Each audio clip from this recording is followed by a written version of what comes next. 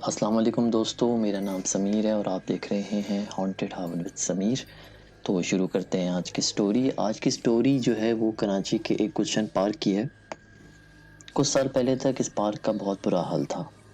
टूटे हुए झूले थे, खराब सी घास थी और हर तरफ अंधेरा ही अंधेरा था। लोग वहाँ जाना पसंद नहीं करते थे। मगर फिर गवर्नमेंट ने रेनोवेशन शुरू की। नई लाइट्स, नए पोल लगाए गए, झूलों की सफाई गई और एक सिक्योरिटी गार्ड भी लगा दिया गया। शाम तक तो वो पार्क नॉर्मल लगता था। बच्चों की हंसी की आवाज़ें आती थीं, फैमिलीज आती थीं, शोर शराबा सब कुछ नॉर्मल था। लेकिन जैसे जैसे रात बढ़ती जाती थी वो पार्क हॉन्टेड होता जाता था। तो कहानी शुरू होती है कि एक रात आसिम अपनी फैमिली के साथ अपने बच्चों को लेके डिनर के बाद थोड़ा सा वॉक करने के लिए उस पार्क में चले गए। वक्त तकरीबन 9:15 का था। पार्क बिल्कुल खाली था, ठंडी हवा चल रही थी और लाइट्स डिम डिम चल रही थी। मैंने अपने बच्चों से कहा कि आप लोगों के पास 10 मिनट हैं, 10 मिनट में आप खेलें, उसके बाद फिर हम वापस चलेंगे। बच्चे फ़ौरन झूले की तरफ भागे, मगर फिर उनका ध्यान एक अजीब सी चीज़ पे पड़ा। एक 12-13 साल का बच्चा बहुत तेज़ तेज़ झूला झूल रहा था। वाइट शर्ट पहना हुआ था वो और ब्लू जीन्स थी, पुरानी सी। और ऐसा लग रहा था कि इसके अंदर कोई इसके अंदर एनर्जी है और उसकी आंखें सीधा देख रही थी। मेरे बच्चे उस बच्चे को देख के थोड़ा सा घबरा गए। उन्होंने मुझसे कहा, मैंने कहा होगा किसी का बच्चा, उसको इग्नोर करो और आप लोग अपना जो भी खेलना है जल्दी से खेलो कूदो, उसके बाद फिर हम वापस चलेंगे। मगर उस बच्चे की हरकतें अजीब व गरीब होती जा रही थीं। वो कभी झूले के सामने खड़ा होता तो झूला चल रहा होता और कभी रुक जाता, कभी वो ऊंची ऊंची छलांगे लगा रहा होता और कभी ऐसा लगता कि उसके पास कोई है, किसी से बातें कर रहा है। लेकिन वो अकेला था पार्क में और मेरे बच्चों को गौर गौर से देखने लगा। मैंने कोशिश करी इसके करीब जाने की, लेकिन जैसे ही मैं उसके करीब जाने की करता वो मुझसे थोड़ा सा दूर हो जाता।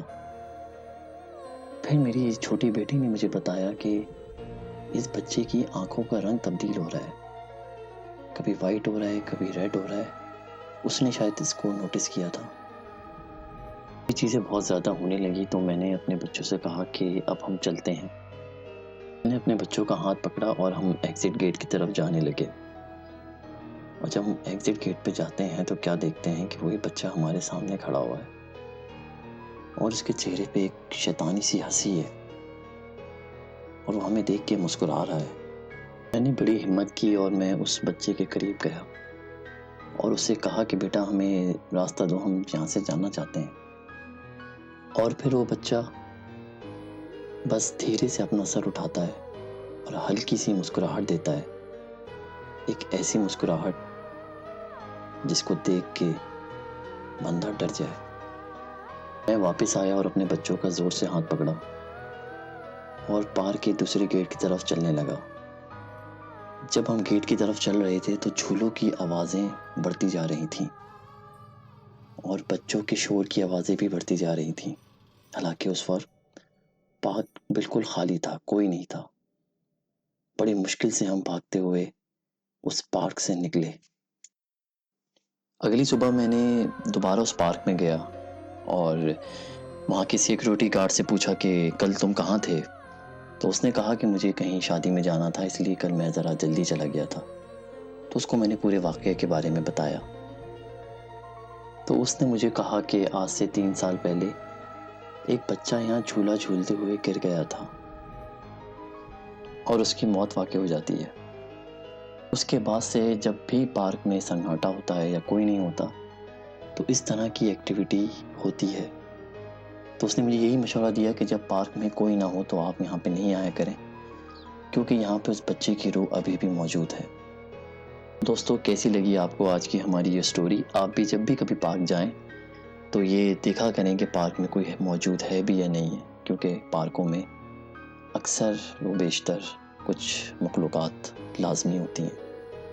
हम तो उनको इंसान समझ रहे होते हैं लेकिन वो कुछ और मखलूक होती हैं। दोस्तों कैसी लगी आपको आज की हमारी ये हॉरर स्टोरी? अगर आपको कहानी पसंद आई है तो चैनल को सब्सक्राइब करें, वीडियो को लाइक करें। तब तक के लिए अपना ख्याल रखें और अपने इस चैनल का भी। अल्लाह हाफ़िज़।